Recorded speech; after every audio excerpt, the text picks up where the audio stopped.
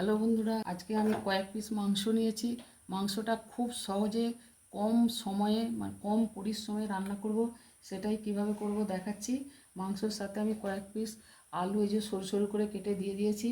এটা আপনারা দিতেও পারেন, নাও পারেন। আর এখানে আমি মশলা নিয়ে নিয়েছি, পেঁয়াজ বাটা বেটেছি, আদা রসুন বাটা, লাল লঙ্কার গুঁড়ো, জিরে গুঁড়ো, ধনে গুঁড়ো, হলুদ গুঁড়ো, একটু মিট মশলা, গরম মশলা, কাশ্মীরি লঙ্কার গুঁড়ো অল্প, স্বাদ মতো লবণ, এগুলো সব এর মধ্যে দিয়ে দেবো।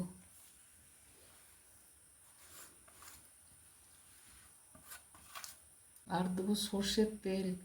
সর্ষের তেল একটু বেশি পরিমাণে দিয়ে এটা ম্যারিনেট করে রাখবো। আলু সমেত একসঙ্গে ম্যারিনেট করে রেখে দিচ্ছি। ঘন্টাখানেক রেখে দেবো ম্যারিনেট করে, ভালো করে মিশিয়ে। বন্ধুরা, ভিডিও বানাতে বানাতে কারেন্ট চলে গেছে, খুব অসুবিধায় পড়ে গেছি। এখন থেকে ওয়েট করছি, কারেন্ট আসছে না, ঝড় জল আরম্ভ হয়ে গেছিলো। এখনও বৃষ্টি পড়ছে, আকাশের গর্জন হচ্ছে বন্ধুরা। তো তেল গরম হয়ে গেছে, এখন এতে আমি ফোড়ন দিয়ে দেবো। এখানে রয়েছে তেজপাতা, শুকনো লঙ্কা, ছোট এলাচ, গোলমরিচ, জায়ফল, একটু জয়িত্রী, একটু একটু করে, তারপরে দারচিনি, এই এতে ফোড়ন দিয়ে দেবো।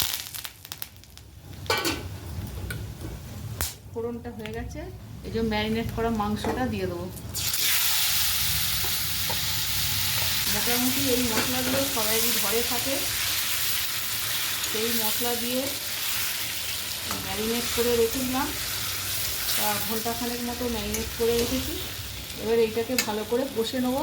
মাংসটা একদম ভালো করে কষে নিয়েছি। দেখুন তেল ছেড়ে গেছে, পাশ দিয়ে তেল বেরিয়ে আসছে, একদম ভালো করে কষা হয়ে গেছে। আর একটু বাটিটা ধুয়ে, মশলার বাটিটা ধুয়ে আর একটু জল দিয়ে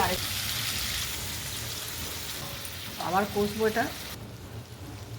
বন্ধুরা, এতে টক জাতীয় কোনো জিনিসই দেওয়া হয়নি।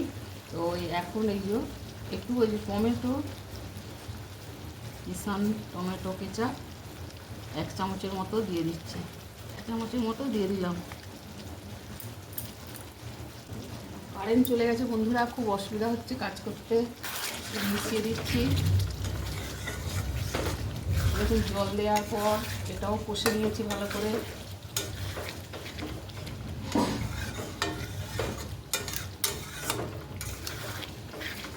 আর একটু কষবো। খুব ভালো করে এটা কষে নেওয়া হয়েছে, ভালো করে এটা কষে নিয়েছি। এবার এতে একটু গরম জল দিয়ে দিচ্ছি। এই যে হাঁড়িতে একটু গরম জল করে নিয়েছি, এই গরম জল দিয়ে দিচ্ছি একটু।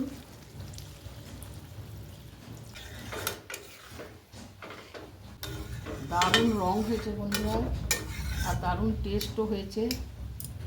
একটু ঢাকা দিয়ে দিচ্ছি, ঢাকা দিয়ে একটু সেদ্ধ হয়ে যাবে। রান্না একদম রেডি বন্ধুরা, আলু মাংস সব সেদ্ধ হয়ে গেছে।